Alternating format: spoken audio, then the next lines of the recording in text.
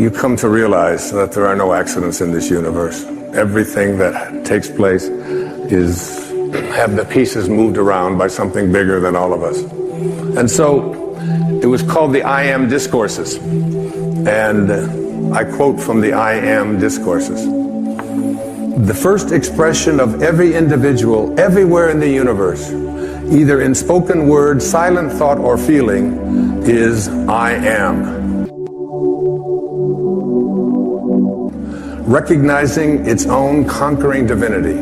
The student, me, you, all of us, endeavoring to understand and apply these mighty yet simple laws, must stand guard more strictly over his thoughts and expression, in words or otherwise. For every time you say, I am not, I cannot, I have not, you are, whether knowingly or unknowingly, throttling that great presence within you. You must be conscious of how you use these words. I am. I am strong. I am well. I am content. Even if your senses tell you something different, I am. And as we move now into the meat of this program, you'll see that putting the words I am in front of something into your mind and imagination is a very powerful way to attract into your life, recognizing your own divinity. Particularly the work of Neville and the work of U.S. Anderson and the I Am Discourses. I came up with, in putting that all together, what I call five wishes fulfilled foundations for being able to attract into your world and become the kind of person that you expect yourself to be. Remember what I said about the quote on the wall of the swimming pool. If you want to accomplish anything, which means to become an extraordinary level of consciousness person, you must first expect it of yourself. You must see yourself and be unafraid to say to yourself, I am connected at all times to my source, to the divine mind, to the Tao, to God, to that which is the creator of all. I am a part of it. And the first of these five foundations I call imagination. Imagination. Many of our greatest thinkers have spoken about the power of imagination. William Blake said that what is now proved was once only imagined. Now think about the importance of that. If you want to have something show up in your life, the kind of person you would like to become, manifest something new into your life, something powerful, whatever it might be, you obviously must first be able to imagine it. Your imagination. This is yours and yours alone. You can place anything into your imagination that you want to place there. Independent of what anybody else says about it, independent of what your senses tell you, independent of all the evidence that may be to the contrary, you can place into your imagination an I am that represents what you would like to attract into your life and make it come into fruition. Einstein's most famous quote, one of his most famous observations, he said, imagination is more important than knowledge. Knowledge is limited. Imagination encircles the world. Placing these I ams into your imagination, I had some of you I'm sure know about it because it's been all over the papers and so on, a diagnosis of leukemia a couple of years ago. And for a while, I kind of began to believe some of the things that were being told to me about what happens when you have this particular kind of leukemia. And I have instead, in the last year or so, had some of the most amazing, astonishing things happen into my life, where I have felt I was just so alive and so strengthened and so fully connected to my source, knowing. I mean, basically, I have a knowing in here that life itself is a sexually transmitted terminal disease, okay? I mean, that's basically the fact, all right? So I'm not saying that all you have to do is put into your imagination an I am that says I am, and you're going to live forever. That isn't, but every moment that you do have until you are called can be a moment of exquisite, extraordinary power, living from that place. And that's the decision that I made. I have never felt so powerful as I have the last several years, since I recognized the power that I have in my imagination to place something there and live from it. Einstein once said, if you want your children to be intelligent, read them fairy tales. If you want your children to be more intelligent, read them more fairy tales. It's one of the reasons I've taken to writing children's books, to give children an opportunity to explore that thing called their imagination from the time that they're just little boys and little girls. And what I have in my imagination is a do not disturb sign. And it's like mentally inside, I've placed that in there. I do not anyone to disturb or try to change around anything that I have placed in there about what is possible for me. So you never want to place into your imagination any thought that you would not want to materialize. You never want to allow in your imagination to be contaminated by the way life used to be. Your imagination is yours. Don't let any other people influence you. Never allow people's ideas about what is possible or impossible for you to occupy your imagination. I've called it, throughout my life, I've called it being a scurvy elephant. When I was in the 3rd grade, I was living in a foster home out in Mount Clemens, Michigan, and I came home from school and I talked to Mrs. Scarf, and I said, Mrs. Scarf, what's a scurvy elephant? And she said, where did you hear that? And I said, I don't know, Mrs. Poole, my 3rd grade teacher, was talking to the principal, Mrs. Smith, and she said Wayne Dyer was in his classroom and called me a scurvy elephant. So she got on the phone and she called up, and the principal said, oh, that's Wayne. He gets everything mixed up. She didn't say that he was a scurvy elephant in her classroom. She said that he was a disturbing element in her classroom. A disturbing element is someone who has in their imagination the possibility that they can do anything, that all things are possible. Again, it's one of those great lines from the New Testament. With God, all things are possible. Now you tell me, what does that leave out? What does all things are possible leave out? That doesn't leave out the possibility that we can defy gravity, that we can soar, that we can heal ourselves, that we can create magnificent prosperity in our life, that we can change the world. I said at one of the breaks here to the audience here tonight, I really believe that if this message gets out there into the world, we can shift the consciousness of this planet. If enough of us begin to believe, we're placing into our imagination a world that we want to live in that has no limitations and that is based on living from a place of love and kindness and God consciousness and spiritual awareness, divine mind at work. I believe it's possible. If enough of us begin to believe that we can create that kind of a world, if public television can put on these kinds of programs, which is why I am a part of public television, because this is what they broadcast. This is what comes into our homes. The energy of all things are possible, not the energy of violence and hatred and, and all of the silly stuff that you see so frequently on commercial and cable television, especially the violence and especially the rude communication between young children and their parents and so on. You don't see that here. It's why I'm here, raising money for this station and all public television stations. Einstein, once again, this man of imagination, said logic will get you from A to B, but imagination will take you everywhere. That's the first of these wishes fulfilled foundations. The second foundation is very significant and very important. I call it living from the end.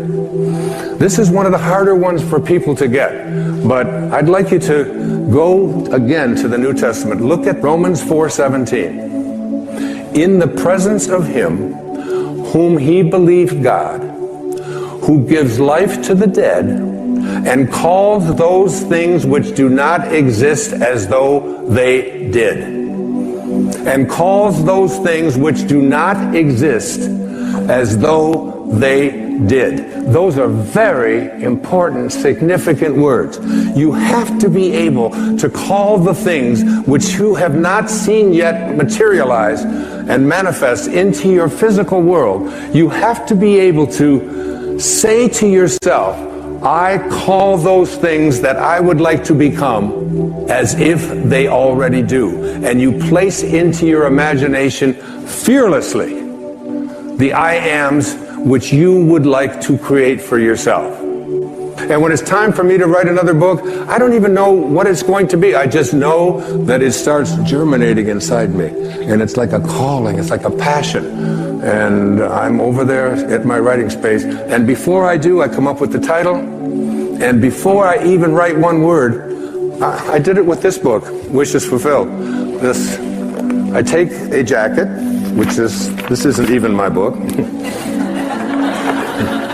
And I take this jacket and I ask the art department at Hay House if they will please design a book with this title. And I put it around another book, which I have done, and I set it on my writing space next to Ralph Waldo Emerson and Jesus Christ picture and Paramahansa Yogananda and my children and the people that I love deeply and profoundly in my life. And I look at it with 3 white candles that I light every single time I sit over there. And I look at that jacket. And it's as if I call those things, the book does not exist. I call it as if it did.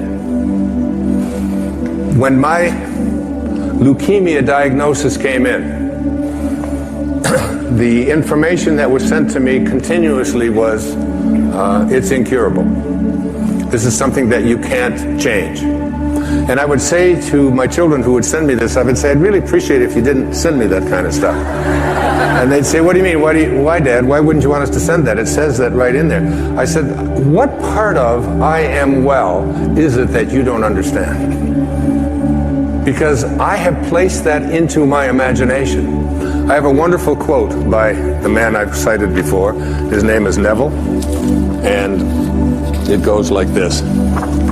He says, disregard appearances, conditions, in fact, disregard all evidence of your senses, that is what your eyes and ears tell you, that deny the fulfillment of your desire, whatever it is you want to attract into your life. Disregard appearances, conditions, in fact, all evidence of your senses that deny the fulfillment of your desire. Rest in the assumption that you already are what you want to be. For in that determined assumption, you and your infinite being, your extraordinary self, which is what this program is about, are merged in creative unity, and with your infinite being, God, all things are possible. God never fails, and you are a piece of that which never fails. And you are going to move beyond just being a piece and just being a fragment and just being a segment until it becomes your overwhelming knowing that you have within you this divine capacity. You don't need evidence of your senses. I wrote a book a few years back. The title of it, I had to get my publisher because they didn't understand it. They called back, they said, I think you got this wrong. I said, no, it's called You'll See It When You Believe It. Not the other way around. People will say, well, I'll believe it when I see it. It doesn't work that way. You'll see it when inside you have a knowing. And Neville also said, therefore, to incarnate a new and a greater value of yourself, you must assume that you already are what you want to be, and then live by faith in this assumption. Now, this flies in the face of so much of what you've been told, because you have a tendency to believe that what your eyes and ears tell you is reality. But this is what we know by our senses. Just this little tiny fragment. I can't even get, it's like a millionth of a millimeter. And all that is unknown is in the invisible, in the imagination. And most of our attention is focused on, this is my beliefs and my disbeliefs about what is possible and what isn't possible are here. and it's an endless universe. So placing I ams into your imagination is one thing. It's an intellectual act. Living from the end means that you call the things which do not exist as if they did. You begin to say to yourself, you don't have to say it to anyone else, you don't have to write it down, you don't have to get anybody else's approval, you don't have to look on the internet, you don't have to do anything like that.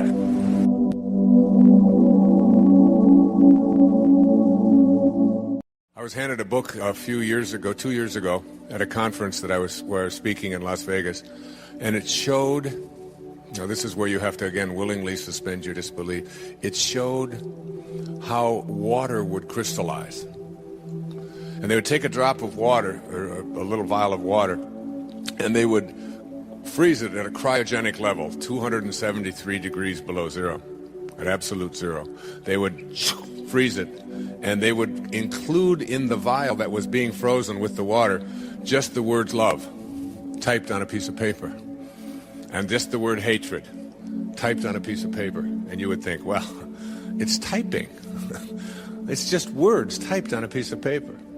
They would make statements. They would take statements out of the Bhagavad Gita and out of the New Testament and so on. And they showed the crystalline formations that were photographed through microscopes. And when water is crystallized in the same energy field as the word hatred on a piece of paper, their crystalline formations are deformed and distorted. And when water is crystallized with the word love in the same energy field, the crystalline formations, they show the photographs, are these beautiful, perfect, magnificent, divine, like water crystallizations. That everything in the universe is energy and is impacted by the speed at which we calibrate. And all of us can raise the level at which we vibrate in our lives. All of us can do it simply by changing our thoughts, by practicing meditation, by listening to different kind of music, by being in energy fields where we have a knowing, where we reconnect to God, where we make conscious contact with our source. We can change the energy level at which we are living. And getting to a place where you understand that, it's why I like to bring people out, demonstrate to them the food that we eat, the substances that we put in our bodies. Many of you have looked and seen this little thing that I always speak with, this little camel here. Now, I wear this camel for a reason. It has the number 24 written right on it. I don't know if you can get a close-up of that or not. But that camel is a symbol to me. It's why I always speak with it on my lapel. You see, a camel is an animal that starts out every day on his knees.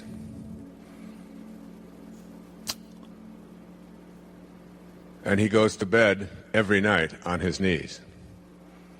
And he can go 24 hours without a drink. Now, that's something I have been doing for a couple of decades now. Going 24 hours without a drink. And also, I have experienced struggles with addictions in my own life. Alcohol, drugs, and so on. Caffeines, nicotines.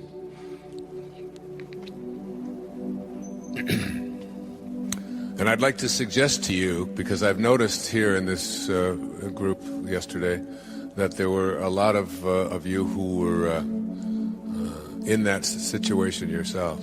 My teacher once said to me that if you want to reach the levels of being able to perform miracles and attract miracles into your life, you have to purify this temple that you live in.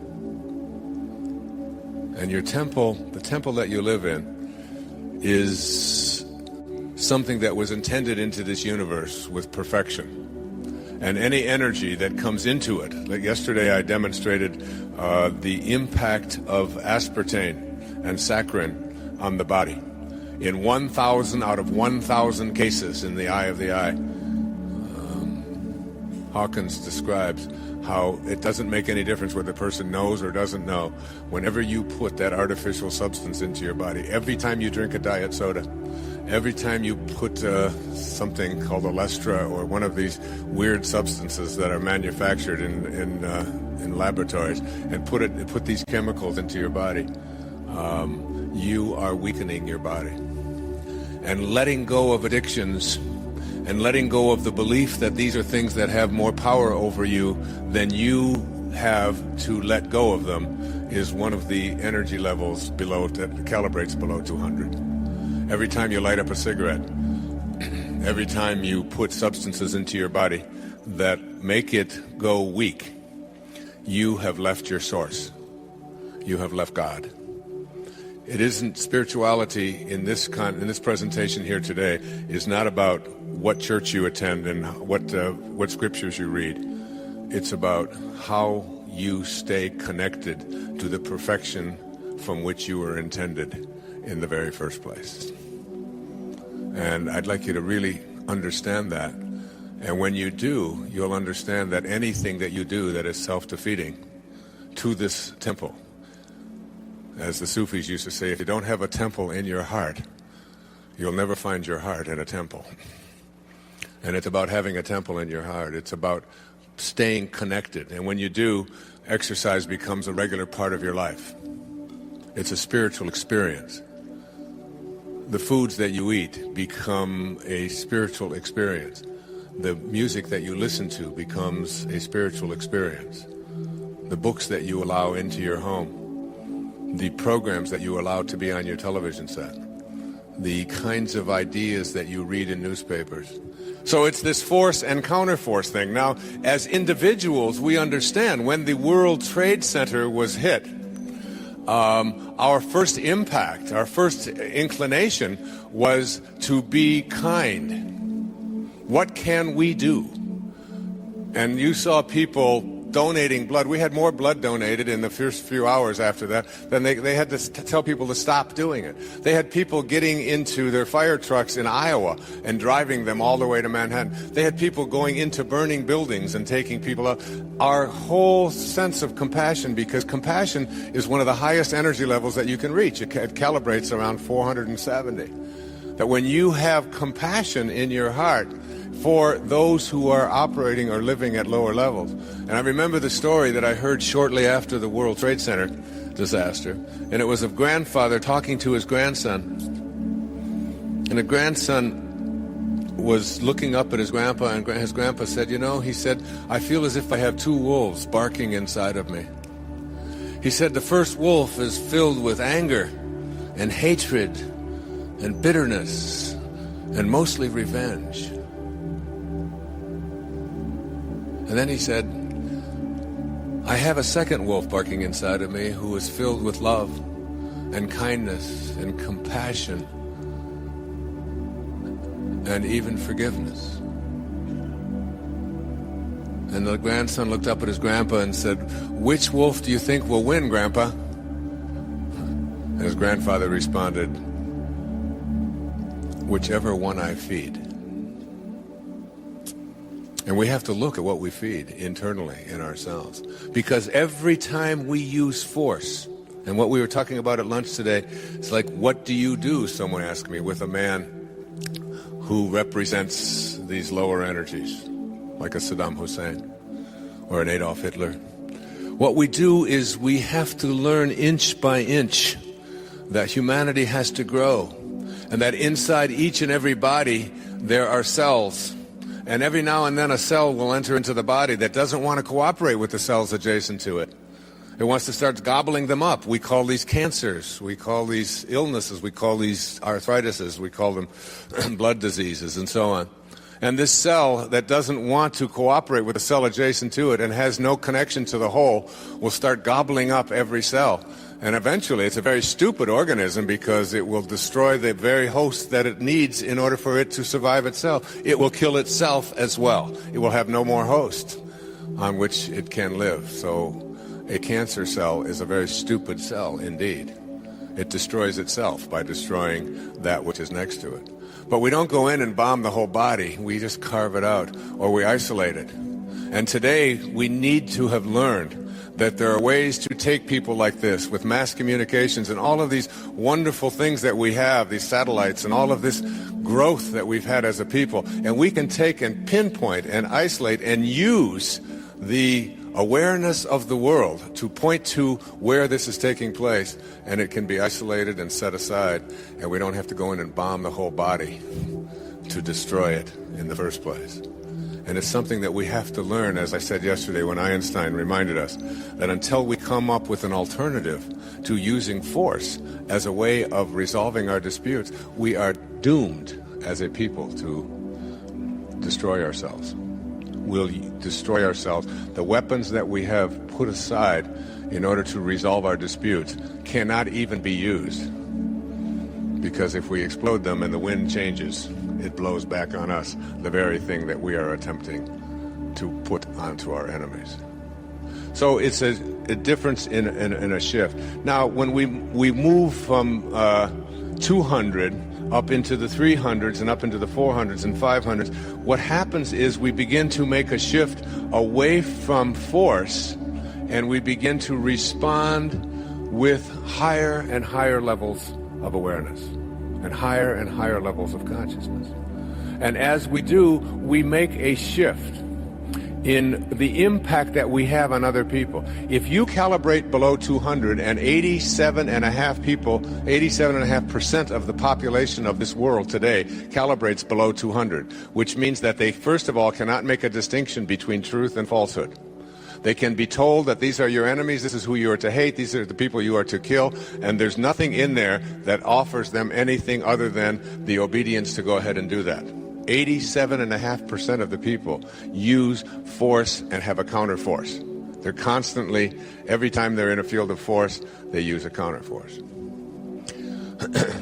When you begin to move your energy level above 200, you shift and make a difference in the impact that you have on those people around you.